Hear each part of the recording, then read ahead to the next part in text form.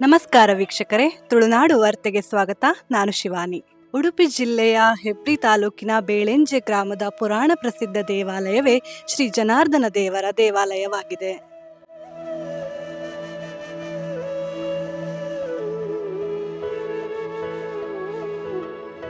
ಶ್ರೀ ಸ್ಕಂದ ಪುರಾಣದ ಸಹ್ಯಾದ್ರಿ ಖಂಡದ ಉತ್ತರ ರಹಸ್ಯದ 17ನೇ ಅಧ್ಯಾಯದಲ್ಲಿ ಉಲ್ಲೇಖಿತವಾದ ಈ ದೇವಾಲಯವು ಸಾವಿರಾರು ಭಕ್ತರ ನಂಬಿಕೆಯ ಕೇಂದ್ರವಾಗಿದೆ. ಸ್ಕಂದ ಪುರಾಣದಲ್ಲಿ ಉಲ್ಲೇಖಿತವಾದ ಸಾಲು ಈ ರೀತಿಯಾಗಿದೆ: ಏಷ ಏವ ನ ಸಂದೇಹೋ ಭವಿಷ್ಯತಿ ಜನಾರ್ದನಃ ತದಾ ಪ್ರಕೃತಿ ತದ್ಭಾವಂ ಬೇಲೆಂಜೀತಿ ವದಂತಿಹಿ.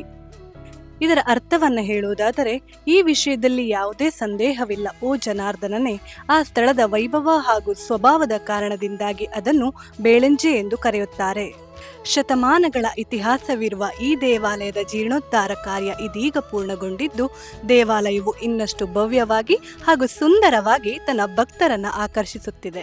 ಈ ಹಿನ್ನೆಲೆಯಲ್ಲಿ ದಿನಾಂಕ 10/5/2026ರಿಂದ 12/5/2026ರವರೆಗೆ ಇಲ್ಲಿ ಅದ್ದೂರಿಯಾಗಿ ಪುನರ್ ಪ್ರತಿಷ್ಠಾ ಮಹೋತ್ಸವ ಹಾಗೂ ಬ್ರಹ್ಮಕಲಶೋತ್ಸವ ಕಾರ್ಯಕ್ರಮ ನಡೆಯಲಿದ್ದು, ಈ ಸಂದರ್ಭದಲ್ಲಿ ಎಲ್ಲಾ ಭಕ್ತಾಭಿಮಾನಿಗಳು ಆಗಮಿಸಿ ದೇವರ ಕೃಪೆಗೆ ಪಾತ್ರರಾಗಬೇಕಾಗಿ ದೇವಾಲಯದ ಆಡಳಿತ ಮಂಡಳಿ ಹಾಗೂ ಜೀರ್ಣೋದ್ಧಾರ ಸಮಿತಿಯ ಪರವಾಗಿ ವಿನಂತಿ.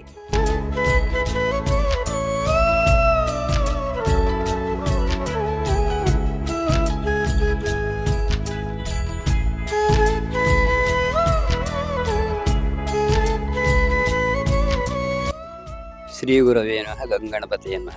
ಈ ಜನಾರ್ದನ ದೇವಸ್ಥಾನವು ಇತಿಹಾಸ ಪ್ರಸಿದ್ಧವಾದಂತಹ ದೇವಸ್ಥಾನ. ಸ್ಕಾಂದ ಪುರಾಣದಲ್ಲಿ ಇದರ ಉಲ್ಲೇಖವಿದೆ. ನಮ್ಮ ಹಿರಿಯವರಾದಂತಹ ನಮ್ಮ ಅಜ್ಜವರಾದಂತಹ ಬೆಳಂಜಿ ತಂತ್ರಿ ಶ್ರೀ ಸೂರ್ಯನಾರಾಯಣ ಭಟ್ಟರು ಇಲ್ಲಿ ಆಗತಕ್ಕಂತಹ ವರ್ಧಂತ್ಯೋತ್ಸವವನ್ನು ಮತ್ತು ಕಾರ್ತಿಕ ದೀಪೋತ್ಸವವನ್ನು ಮಾಡಿಕೊಂಡು ಪೂರೈಸಿಕೊಂಡು ಬರ್ತಾಯಿದ್ರು. ಅವರ ಸ್ವಂತಿಕೆಯಲ್ಲಿ ಇದನ್ನು ಮುಂದುವರಿಸಿಕೊಂಡು ಹೋಗ್ತಾ ಇದ್ದರಿಂದ ಊರವರಿಗೆ ಇದರ ಪರಿಚಯ ಇಲ್ಲದ ಕಾರಣದಿಂದ ಅದು ಅವರಲ್ಲೇ ಉಳಿಯಿತು. ಆದರೆ ಈಗ ಇದು ದುಷ್ಟಾವತಿ ಇಲ್ಲದ್ರಿಂದ ಅದನ್ನು ಜೀರ್ಣೋದ್ಧಾರ ಮಾಡಬೇಕಂತ ಕಮಿಟಿಯವರು ಮುಂದೆ ಬಂದು ಈ ಕಾರ್ಯವನ್ನು ಅವರು ಕೈಗೆತ್ತಿಕೊಂಡಿದ್ದಾರೆ. ಹಾಗೆ ಈ ಸ್ಥಳದ ಜೀರ್ಣೋದ್ಧಾರಕ್ಕಾಗಿ ಅವರು ಹೆಚ್ಚಿನ ಶ್ರಮವನ್ನು ವಹಿಸಿಕೊಂಡಿದ್ದಾರೆ. ಹಾಗೆ ಮೇ 10, 11, 12ರಂದು ಇದರ ಬ್ರಹ್ಮಕಲಶೋತ್ಸವ ಮುಂತಾದ ಧಾರ್ಮಿಕ ಕಾರ್ಯಕ್ರಮ ಮಾಡುವುದಂತ ಕಮಿಟಿಯವರು ನಿರ್ಣಯ ಮಾಡಿ ಅದಕ್ಕೆ ಜನರು ಸಹ ಪ್ರೋತ್ಸಾಹ ಕೊಟ್ಟಿದ್ದಾರೆ. ಜೀರ್ಣೋದ್ಧಾರಕ್ಕೂ ಸಹ ಎಲ್ಲೆಲ್ಲಿಯ ಜನರುಗಳು ಬಂದು ಹೆಚ್ಚೆಚ್ಚು ಮೌಲ್ಯವನ್ನು ಕೊಟ್ಟು ಉತ್ತಮ ರೀತಿಯಲ್ಲಿ ಜೀರ್ಣೋದ್ಧಾರವಾಗುವಂತೆ ಎಲ್ಲರೂ ಸಹಕಾರ ಕೊಟ್ಟಿದ್ದಾರೆ. ಅದನ್ನು ಮೆಚ್ಚುವಂತಹ ವಿಷಯ. ಯಾಕಂದರೆ ಈ ಹಳ್ಳಿಯಲ್ಲಿರುವಂತಹ ಈ ದೇವಸ್ಥಾನ ಯಾರಿಗೂ ಪರಿಚಯವಿಲ್ಲ. ಆದರೂ ಸಹ ದೇವರ ಒಂದು ಮಹಿಮೆಯಿಂದ ಎಲ್ಲರೂ ಅವರ ಶಕ್ತಿಯಾನುಸಾರವಾಗಿ ತಮ್ಮ ತಮ್ಮ ಹಣ ಸಹಾಯ ಮಾಡಿ ಇದರ ಜೀರ್ಣೋದ್ಧಾರಕ್ಕೆ ಮತ್ತು ಬ್ರಹ್ಮಕಲಶೋತ್ಸವಕ್ಕೆ ಅವರು ಎಲ್ಲ ಅತಿ ಉತ್ಸಾಹದಿಂದ ನಮಗೆ ಪ್ರೋತ್ಸಾಹ ನೀಡಿದ್ದಾರೆ.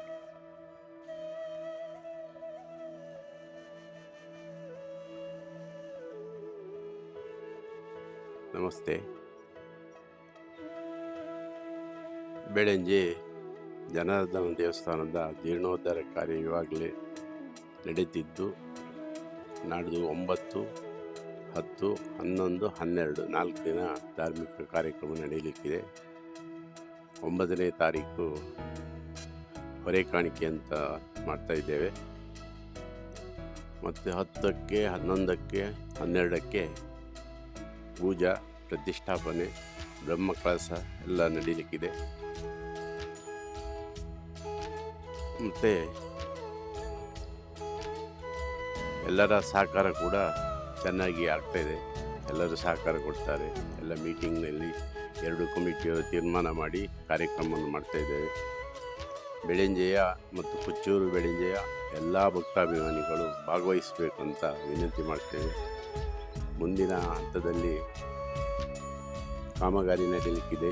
2ನೇ ಹಂತದ ಕಾಮಗಾರಿ ಪೌಳಿ ಆಗಲಿಲ್ಲ, ಅದು ಕೂಡ ಮಾಡಬೇಕು. ಅದಕ್ಕೆ ಕೂಡ ಸಹಕಾರ ಕೊಡಬೇಕು ಅಂತ ಹೇಳ್ತಾ ನನ್ನ ಮಾತನ್ನು ಮುಗಿಸ್ತೇನೆ. ಓಂ ಶ್ರೀ ದುರ್ಗಾಯ ನಮಃ.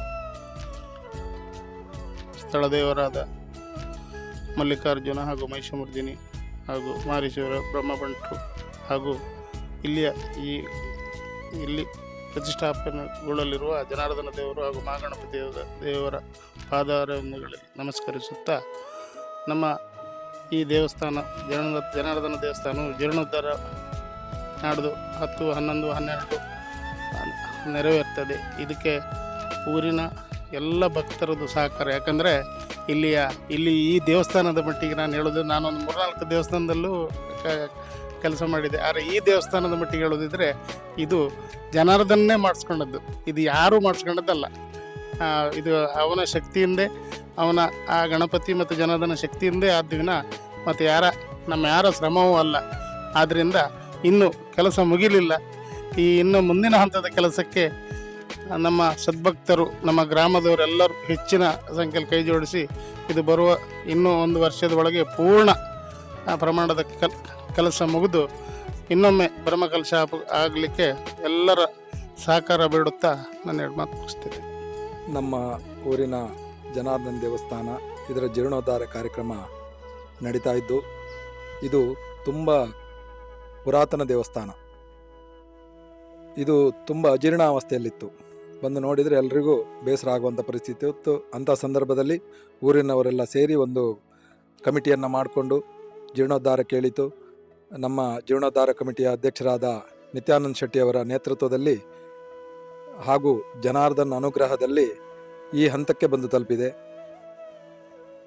ಮೇ 9ನೇ ತಾರೀಕು ಹೊರೆ ಕಾಣಿಕೆ, 10ನೇ ತಾರೀಕು ಪೂಜಾ ಕಾರ್ಯಕ್ರಮಗಳು, 11ನೇ ತಾರೀಕು ಪ್ರತಿಷ್ಠಾ ಕಾರ್ಯಕ್ರಮ, ಹಾಗೆ ಮಧ್ಯಾಹ್ನ ಊಟದ ವ್ಯವಸ್ಥೆ ಇದೆ. ಹಾಗೆ 12ನೇ ತಾರೀಕು ಬ್ರಹ್ಮಕಲಶ. ಬೆಳಿಗ್ಗೆ 11 ಗಂಟೆಯಿಂದ 1 ಗಂಟೆ ತನಕ ಸಭಾ ಕಾರ್ಯಕ್ರಮ, ಸ್ವಾಮೀಜಿಗಳ ಆಶೀರ್ವಚನ ಕಾರ್ಯಕ್ರಮ ನಡೆಯಲಿಕ್ಕಿದೆ.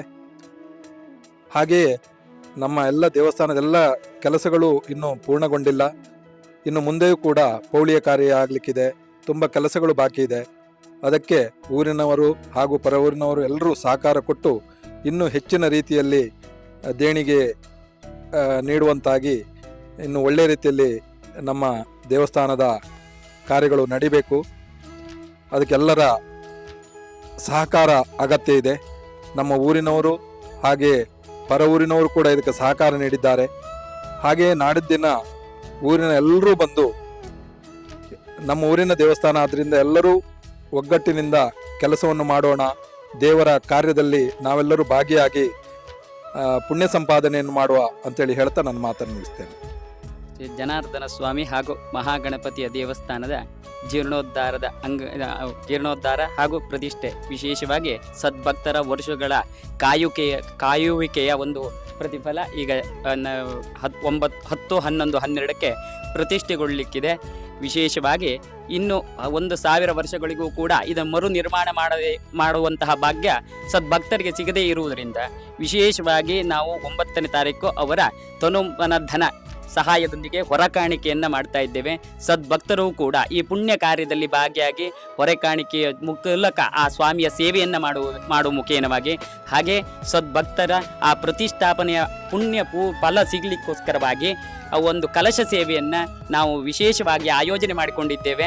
ಆ ಕಲಶ ಪ್ರತಿಯೊಬ್ಬ ಭಕ್ತರು ಆ ಕಲಶವನ್ನು ದೇವರಿಗೆ ಸಮರ್ಪಣೆ ಮಾಡಿ ಪ್ರಸಾದ ರೂಪದಲ್ಲಿ ಸ್ವೀಕಾರ ಮಾಡತಕ್ಕಂತಹ ಒಂದು ಅವಕಾಶವನ್ನು ನಾವೆಲ್ಲರೂ ಮಾಡಿಕೊಂಡಿದ್ದೇವೆ. ಸದ್ಭಕ್ತರು ಕೂಡ ಆ ದೇವರ ಅನುಗ್ರಹಕ್ಕೋಸ್ಕರವಾಗಿ ದೇವರ ಸೇವೆಯನ್ನು ಮಾಡುವ ಮುಖೇನವಾಗಿ ಆ ಒಂದು ಅವಕಾಶವನ್ನು ಬಳಕೆ ಮಾಡಿಕೊಳ್ಬೇಕು. ಹಾಗೆ ವಿಶೇಷವಾಗಿ ಎಲ್ಲರೂ ಕೂಡ ಈ ಒಂದು ಪುಣ್ಯ ಕಾರ್ಯದಲ್ಲಿ ಮುಂದೆ ಸಿಗಲಿಕ್ಕಿಲ್ಲ ಅಂತಹ ಮಹತ್ತರವಾಗಿರತಕ್ಕಂಥ ಪುಣ್ಯ ಕಾರ್ಯದಲ್ಲಿ ಕೈ ಜೋಡಿಸುವ ಮುಖೇನವಾಗಿ, ಹಾಗೆ ಮುಂದೆ ಈ ಒಂದು ದೇವಸ್ಥಾನದ ಉಳಿದ ಜೀರ್ಣೋದ್ಧಾರ ಕಾರ್ಯಗಳು ಆಗಲಿಕ್ಕಿದೆ. ಅದಕ್ಕೆಲ್ಲರೂ ಕೂಡ ಆ ಸ್ವಾಮಿಯ ಸೇವೆ ಎನ್ನುವಂಥ ಮುಖೇನವಾಗಿ ಅದರಲ್ಲಿ ಪಾಲ್ಗೊಂಡು ಈ ದೇವಸ್ಥಾನವನ್ನು ಇನ್ನೂ ಉತ್ತಮ ರೀತಿಯಲ್ಲಿ ಕಾಣುವಂತಹ ಯೋಗ ಭಾಗ್ಯವನ್ನು ಪಡಿಲಿಕ್ಕೋಸ್ಕರವಾಗಿ ತನುಮನ ಧನ ಸಹಾಯದೊಂದಿಗೆ ಈ ಒಂದು ಪ್ರತಿಷ್ಠಾ ಕಾರ್ಯವನ್ನು ವಿಜೃಂಭಣೆಯಿಂದ ಮುಂದೆಯೂ ಕೂಡ ಆ ಜೀರ್ಣೋದ್ಧಾರ ಕಾರ್ಯವನ್ನು ನಿರ್ವಿಘ್ನವಾಗಿ ನಡೆಯಲಿಕ್ಕೆ ಸಹಾಯ ಮಾಡುವ ಮುಖೇನವಾಗಿ ಆ ಸ್ವಾಮಿಯ ಅನುಗ್ರಹಕ್ಕೆ ಪಾತ್ರರಾಗಬೇಕಾಗಿ ಕೇಳ್ಕೊಳ್ತಾ ಇದ್ದೀನಿ.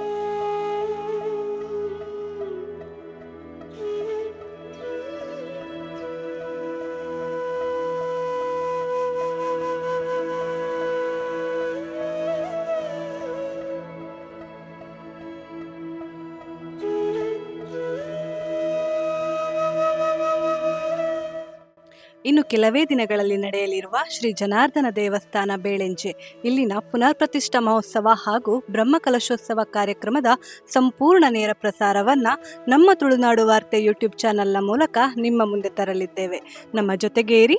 ಧನ್ಯವಾದಗಳು.